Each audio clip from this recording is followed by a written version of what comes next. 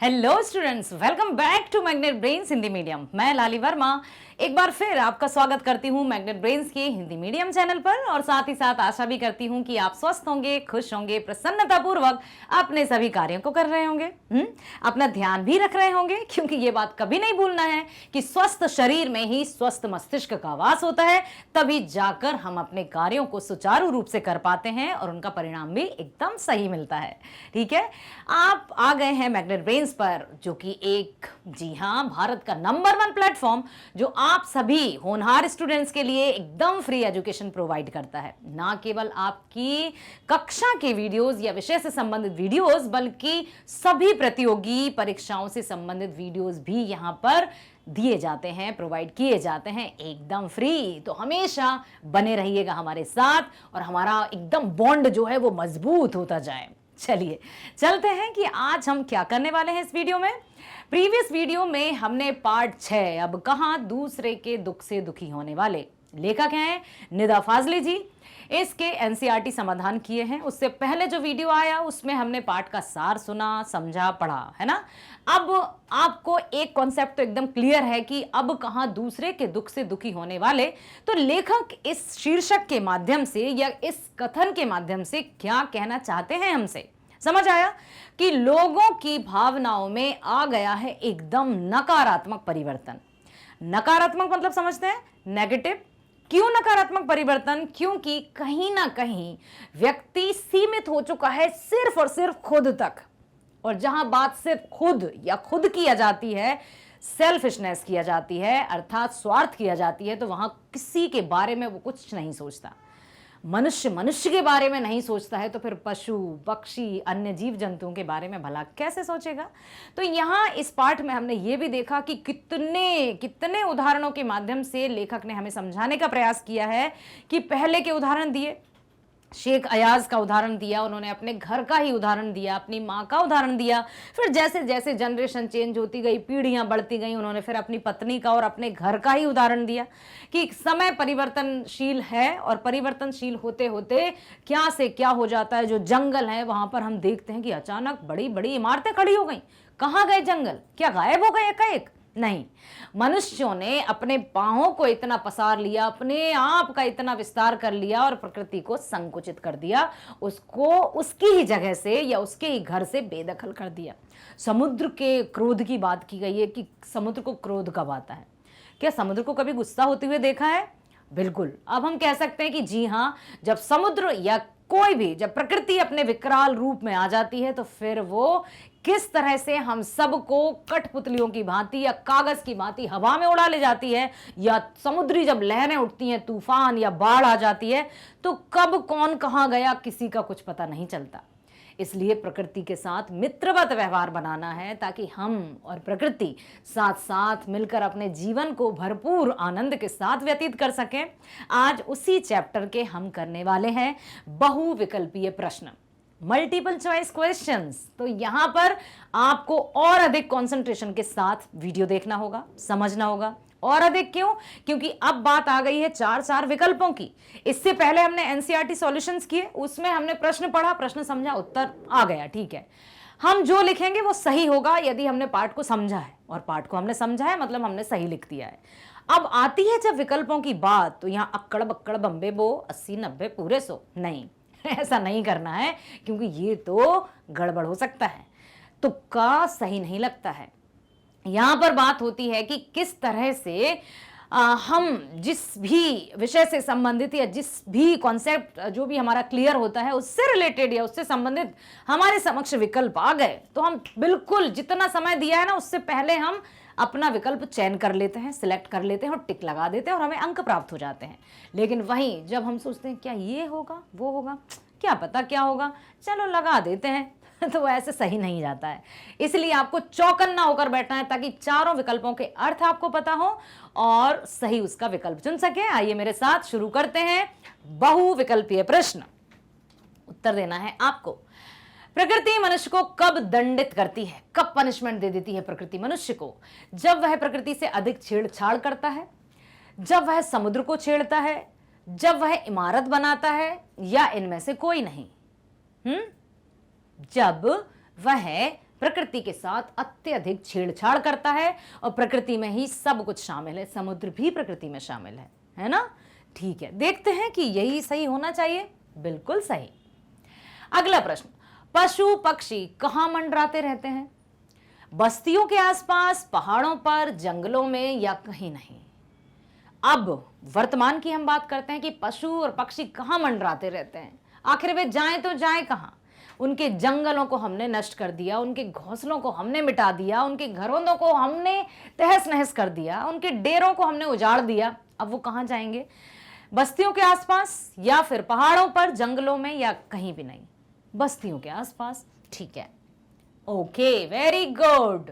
अगला प्रश्न, बस्तियों को बसाने के लिए मनुष्य ने क्या किया? बस्तियां बसाना है, पॉपुलेशन बढ़ रही है, जनसंख्या में यूं एकदम दिन दूनी रात चौगनी 10 गुनी, क्या पता कितनी गुनी वृद्धि होती जा रही है। और प्राकृतिक संसाधन वही है, सूरज आज भी एक है ना। ऐसा तो नहीं कि जब हम छोटे थे तो पता है सूरज एक था, अब तो सूरज 50 हो गए, ऐसा तो नहीं है ना। वही है, प्राकृतिक संसाधन वही है, लेकिन मनुष्य अपने लालच के वशीभूत होकर उस संसाधनों का दोहन कर रहा है। तो अब आती है बात कि बस्तियों को बसाने के लिए मनुष्य ने क्या किया? पशुओं को मारा, जंगल काटे, कंक्रीट पैदा किया, पैसा लगाया। क्या क्या किया बस्तियों को बसाने के लिए? बस्तियों को बसाने के लिए देखिए यहां पर अच्छे से, पशुओं को मारा, जंगलों को काटा। यही लग रहा है, चलिए देख लेते हैं। यस, लेखक के अनुसार संसार में सब कुछ कैसा है? सुंदर, बहुत सुंदर, नश्वर या बहुत खराब? अब देखिए यहां पर बात आती है कि जो भी ऑप्शंस दिए रहते हैं या विकल्प दिए रहते हैं उनके अर्थ भी तो हमको पता हो, तब जाकर हम उनका सही या गलत का निर्णय ले पाएंगे कि नहीं सुंदर होगा कि नहीं। सुंदर तो हमें पता है। लेखक के अनुसार संसार में सब कुछ कैसा है? सुंदर है, बहुत सुंदर है, नश्वर है या बहुत खराब है। अब बात आती है नश्वर की। नश्वर का पता है ना, नष्ट होने वाला। नश्वर का विलोम शब्द होता है शाश्वत। शाश्वत अर्थात हमेशा बना रहने वाला। तो क्या प्रकृति में सब कुछ शाश्वत है या नश्वर है? बताइए। नहीं, प्रकृति में सब कुछ नश्वर है। इसका विलोम इसलिए मैंने यहां क्रॉस किया है, ठीक है। तो अब देखिए लेखक के अनुसार संसार में सब कुछ कैसा है? नष्ट होने वाला अर्थात नश्वर। तो यही सही होना चाहिए। चलते हैं आगे, देखते हैं उत्तर। यस, बिल्कुल। चलते हैं अगले प्रश्न पर। प्रकृति में आए असंतुलन के क्या परिणाम हुए? जब प्रकृति में एकदम इम्बैलेंस हो गया सब कुछ, तो उसका दुष्परिणाम क्या हुए? क्या झेलना पड़ा? गर्मी में अधिक गर्मी, असमय वर्षा, दोनों या कोई नहीं? गर्मी में अधिक गर्मी या असमय वर्षा या फिर ये दोनों या फिर कोई भी नहीं? क्या लगता है आपको? दोनों, मतलब ग ऑप्शन इज करेक्ट। चलिए देखते हैं, चेक करते हैं। बिल्कुल सही, क्योंकि गर्मी में अधिक गर्मी, असमय वर्षा, पता नहीं कब क्या हो जाता है, कुछ पता नहीं चलता। पहले तो 4-4 महीने एक ही सीजन चलता था। बरसात हो रही तो थमकर बरसात होती थी, अब तो आती है और कब चली जाती है पता ही नहीं चलता। अभी ऐसा लगता है कि हाँ बरसात हुई थी, नहीं नहीं, हम सोकर उठते हैं तब तक पता ही नहीं चलता कि कहाँ गई बरसात। थमी हुई वर्षा पहले होती थी, रिम झिम, तभी तो गाने नहीं बने, रिम झिम गिरे सावन।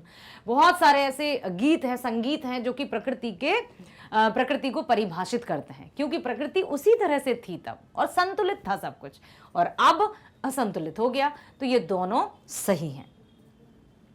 कबूतर इधर उधर क्यों फड़फड़ा रहे थे? दोनों अंडे टूट जाने के कारण, ठंड के कारण, घोंसला ना मिलने के कारण या इनमें से कोई नहीं? बताइए। दोनों अंडे टूट जाने के कारण क्या कबूतर फड़फड़ा रहे थे? हाँ, यही है, क्योंकि हमने पढ़ा है। बिल्कुल सही जवाब। समुद्र धीरे धीरे क्यों सिकुड़ रहे हैं? समुद्र तो बहुत विशाल रहते हैं, अथाह सागर, ना उनकी सीमा का कुछ पता, ना शुरुआत, और जहां तक नजर दौड़ाओ, जहां तक दृष्टि ले जाओ, समुद्र ही समुद्र नजर आता है। लेकिन अब वो क्यों सिमट गए हैं, क्यों सिकुड़ गए हैं, क्या हुआ? देखते हैं, देखिएगा ध्यान से। क्योंकि उसकी जमीन पर इमारतें और मकान खड़े हो गए हैं, क्योंकि बारिश कम हो गई, क्योंकि पानी कम हो गया, या ग्लोबल वार्मिंग के कारण? अब पता चलता है कि पता है समुद्री तूफान से, बाढ़ से पूरे शहर डूब गए। उन्होंने शहर समुद्र को डुबोया ना, समुद्र के जगह में बस्तियां बनी है, शहर बसे हैं, तो समुद्र तो उनको डुबोए गए। और फिर हम कहते हैं कि ओ हो इतने लोग मारे गए। हम ही लोग कहते हैं और हम ही लोगों ने ये किया। तो क्या लगता है कि शायद पहला ही सही लगता है हमें, और ये सही लगना सही साबित हुआ। अगला है, लेखक की माँ दरिया को क्या करने को कहती है? साफ करने को, देखने को, सलाम करने को, या कुछ नहीं। लेखक की माँ, और लेखक ने अपने बचपन की बातें हमारे साथ साझा करके ये कहना चाहा है कि पहले के लोग कितने प्रकृति प्रेमी थे। हर एक, वहाँ कोई धार्मिक भेदभाव नहीं था। ये तो मैं बता सकती हूँ, मैं भी आजकल की नहीं हूँ, अति प्राचीन हूँ, ठीक है। तो यहाँ पर जो भी आपके साथ जो अनुभव साझा करती हूँ वो एकदम सत्य हैं। अब देखते हैं कि क्या कहती हैं वो सलाम करने को। दरिया मीन्स नदी, हर एक को कि मतलब सलाम करना है, दुआ सलाम होनी चाहिए, नमन करना चाहिए, क्योंकि ये प्राकृतिक संसाधन है, प्रकृति है तो हम हैं, हम अकेले कुछ नहीं करेंगे। इसलिए लेखक के जो संस्कार थे वो अपने यहाँ पर बताते हैं। मनुष्य ने अपनी बुद्धि से क्या खड़ा किया है? सद्भाव, स्वभाव, भेदभाव और ऊंची ऊंची दीवारें और अकेली दीवारें। अपनी बुद्धि, जिसको वो समझता है कि मैं तो बुद्धिमान हूं, मैं ही शक्तिमान हूं। कौन सा शक्तिमान? वो वाला नहीं। शक्तिमान मतलब मेरा ही सब कुछ है, प्रकृति सिर्फ मेरी है। तो इसमें आकर संभवतः उत्तर कौन सा लग रहा है आपको? सद्भाव, स्वभाव, हाँ, या फिर भेदभाव और ऊंची दीवारें? बिल्कुल यही हो सकता है। क्या बात है, वेरी गुड। अगला प्रश्न है, संसार किसके जैसा है? एक देश, एक परिवार, एक मन, एक गेंद जैसा है। संसार किसके जैसा है? यदि माना जाए, एकदम सदृष्टि से देखा जाए तो संसार कैसा है? संपूर्ण संसार क्या है, कैसा है? ऐसा लगता है मानो एक परिवार हो। कौन सा धर्म कुत्ते को गंदा समझता है? ये पाठ में दिया है। इस्लाम धर्म, ईसाई धर्म, हिंदू धर्म या जैन धर्म, किस धर्म में कुत्ते को अच्छा नहीं समझा जाता? तो बताइए, इस्लाम धर्म में। अगला प्रश्न, नूह शब्द किस भाषा से लिया गया है? याद कीजिए, किस कवि की बात की गई थी? सिंधी, अरबी, फारसी या उर्दू? कौन से कवि थे? सिंधी। नूह शब्द आया है सिंधी से। नूह का असली नाम क्या था? जल्दी से याद करिए। इससे प्रीवियस जो वीडियो आपने देखा होगा उसमें दिया था कि पहले नूह का नाम ये था, फिर अत्यधिक भावनात्मक रूप से वो कुत्ते को एक बार उन्होंने दुत्कार दिया था, और कुत्ते का जवाब सुनकर वे जिंदगी भर, उम्र भर पश्चाताप करते रहे, और तब से उनका नाम नूह हो गया था। पहले उनका नाम था, क्या था? लश्कर। शेख अयाज, सिंधी कवि। शेख अयाज के पिता की बाजू पर क्या रेंग रहा था? छिपकली, चिमटा, बिच्छू या कुछ नहीं? जब वो कुएं से नहाकर आए थे तब उन्होंने अचानक से, बिल्कुल निवाला तोड़ा ही था, और अचानक देखा उन्होंने, क्या था? चिमटा। Okay, very good. सिंधी भाषा के कवि कौन थे? शेख नियाज, शेख मोहम्मद अल नयाज या शेख अयाज? अभी अभी चर्चा हुई है, जस्ट बिल्कुल अभी। Sheikh Ayaz. Okay, very good. चींटियों को सुलेमान ने क्या कहकर धीरज बंधाया? याद कीजिए पाठ का सार, और बिल्कुल जब शुरुआत हुई थी पाठ की, कि आराम से अपने घुड़सवारों के साथ जा रहे थे सुलेमान, और वहां पर चींटियां आराम से जा रही थी। चींटियां तो कतार में जाती हैं, डिसिप्लिन होकर जाती हैं, एकदम अनुशासित रूप से। जब चींटियों ने देखा कि घुड़सवार आ रहे हैं तो वो आपस में बातें करने लगी, चलो चलो अपने अपने बिलों में घुस चलो, नहीं तो ये घोड़ों की टापें हमें मार डालेंगे। तो सुलेमान प्राणियों की भाषा समझते थे, उन चींटियों की भाषा समझते हैं, और उन्होंने फिर क्या कहा था? मैं मुसीबत नहीं मोहब्बत हूं, रखवाला हूं, मैं तुम्हें कुछ नहीं कहूंगा, मैं तुम्हारा रखवाला हूं या इनमें से कोई नहीं। क्या कहा था उन्होंने? सुलेमान ने चींटियों से कि मैं मुसीबत नहीं मोहब्बत हूं, मैं तुम्हारा रखवाला हूं, मैं तुम्हें कोई नुकसान नहीं पहुंचाऊंगा। घोड़ों की टापों की आवाज किसने सुनी? घोड़ों ने, सुलेमान ने, चींटियों ने, या किसी ने नहीं? जल्दी से जवाब। यस, चींटियों ने। वेरी गुड, क्योंकि अभी अभी हमने चर्चा की। अगला प्रश्न, लेखक के अनुसार किस तरह के लोग अब नहीं हैं? सूझबूझ वाले, या दूसरों के दुख से दुखी होने वाले? अच्छा, अगले ऑप्शन नहीं पढ़ूं, आंसर यहीं टिक करूं? ओके, क्यों? कितने जल्दी अंदाजा क्यों लगाया? क्योंकि पाठ का नाम यही है। चलिए चेक कर लेते हैं आपकी बुद्धिमत्ता का। वेरी नाइस, वेरी डन, बहुत बढ़िया। निदा फाजली किसके महत्वपूर्ण स्तंभ माने जाते हैं? स्तंभ मीन समझते हैं? पिलर। उर्दू की साठोत्तरी कविता के, या सिर्फ कविता के, या कहानी के, या कोई नहीं? निदा फाजली किसके महत्वपूर्ण स्तंभ माने जाते हैं? उर्दू की साठोत्तरी कविता। साठोत्तरी मतलब समझते हैं? जब 1960 वाला दशक समाप्त होने वाला होता है, जैसे कोई भी समापन का जब होता है तो वो उत्तर होता है, ठीक है? तो लगता है आपको? यस, यही है। निदा फाजली का जन्म कब हुआ था? 1978 में, 1936 में, 12 अक्टूबर 1938 में, या इनमें से कोई नहीं? अब याद कीजिए कि वो माने जाते हैं साठोत्तरी कवि। तो यहां पर क्या लगता है आपको कि उनका जन्म कब हुआ होगा? 78 में नहीं, क्योंकि साठोत्तरी 36। चलिए चेक कर लेते हैं। उनका जन्म हुआ था 12 अक्टूबर सन 1938 में। आशा करती हूं आपने बड़े ही ध्यान पूर्वक सभी प्रश्नों को पढ़ा, इनके विकल्पों को समझा, और भी कई तरह के मस्तिष्क में आपके प्रश्न उपजते हैं, क्योंकि आप तो हैं प्रश्नों का भंडार, और तभी तो आप बुद्धिमत्ता में बहुत आगे हैं, क्रिएटिव भी हैं। तो अपने आप की क्रिएटिविटी को, अपनी रचनात्मकता को विराम मत दीजिएगा, एकदम कचोट कर नहीं रखना है। जो भी आपको डाउट हो, या जो भी आपको अच्छा लगे, या कहीं आपको लगना है कि इसमें ये भी होना चाहिए, तो आप बिल्कुल कमेंट बॉक्स में लिख सकते हैं। हम उसका प्रत्युत्तर देने की अवश्य कोशिश करेंगे, ठीक है? यहां पर बात आती है कि आपने ये जो अभी अभी वीडियो देखा, उसमें आपने सभी प्रश्नों को सुना, समझा, और ये भी जाना कि किस तरह से लोग रहा करते थे और आजकल क्या हो गए हैं। तो अब दोनों में तुलनात्मक अध्ययन आपको करना है, और किस तरह से अब आपको अपना जीवन यापन करना है। आगे की पीढ़ी, या कहते हैं ना, इंसाफ की डगर पर बच्चों दिखाओ चल के, ये देश है तुम्हारा नेता तुम ही हो कल के। आगे आने वाले नागरिक, सभ्य नागरिक, समाज का निर्माण करना, राष्ट्र का निर्माण करना आपके हाथों में है, आपके कंधों पर है। तो किस तरह के समाज की व्यवस्था, किस तरह के समाज का निर्माण आप करेंगे, ये निर्भर करता है आप पर। तो आशा करती हूं निदा फाजली जी द्वारा रचित ये पाठ आपको बहुत बड़ी बड़ी सीख दे गया है, और इस सीख को आपने मन और मस्तिष्क में बसा लिया है, और बहुत अच्छा किया है। हम इसके लिए आपको थैंक यू कहना चाहेंगे कि आप मैग्नेट ब्रेन से जुड़ चुके हैं।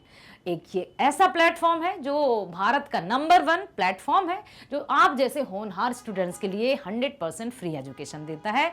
जी हाँ, 100% की ही हम बात करते हैं। हम 20%, 60% या 90% की बात नहीं करते हैं। कहीं कुछ आ जाता है ना, अच्छा 90%, अरे चलो चलो चलो, अरे यहाँ 90% नहीं 100% है। तो आइए, आते जाइए, और यहाँ पर अपनी शिक्षा को बेहतरीन तरीके से प्राप्त करके अपने अपने लक्ष्यों को प्राप्त कीजिए। यही हमारा मेन उद्देश्य है, और यही हमारा लक्ष्य है। ना केवल यहाँ पर आपको दी जाती हैं आपके विषय से संबंधित शिक्षा, बल्कि सभी प्रकार की प्रतियोगी परीक्षाओं के वीडियोस भी प्रोवाइड किए जाते हैं एब्सोल्युटली फ्री। सही सुना है, प्रतियोगी परीक्षाओं के वीडियोस भी यहाँ पर फ्री में दिए जाते हैं, क्योंकि हमें आपके भविष्य को संवारना है, यही हमारा उद्देश्य है। जैसे हम अपनी क्लास की बात करें, तो यहाँ पर आप सीबीएसई हिंदी मीडियम में भी अपने कोर्स को देख सकते हैं, वीडियोस या विषय को देख सकते हैं, और सीबीएसई हिंदी मीडियम में भी, ठीक है। कक्षा 10वीं जैसे गणित, विज्ञान, सोशल साइंस या सामाजिक विज्ञान की हम बात करें, हिंदी में देख सकते हैं।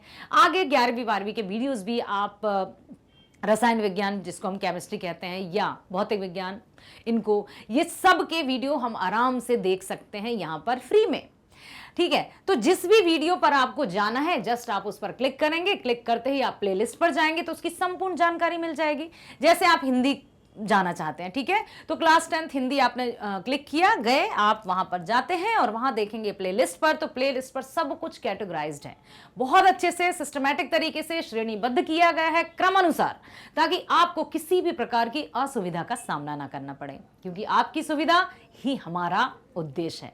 यहां पर बात करते हैं कि क्या देखना क्या चाहते हैं आप। क्या आप सीबीएसई या एनसीईआरटी पर आधारित संपूर्ण पाठ्यक्रम देखना चाहते हैं? क्लिक कर दीजिए। यदि आपको देखना है विषय का संपूर्ण विवरण, या फिर आपको देखना है एनसीईआरटी समाधान, या फिर आपको देखना है संपूर्ण अध्याय का वीडियो या बहुविकल्पीय प्रश्न, जो भी, या फिर आपके मस्तिष्क में ख्याल आता काश कि एक बार कंप्लीट चैप्टर रिवीजन और मिल जाता, तो हाँ वो भी है। देखिए, आप अच्छे से रीड कीजिए और जो भी वीडियो आपको देखना है जस्ट आप उस पर क्लिक कीजिए, वीडियो आपके सामने आ जाएगा।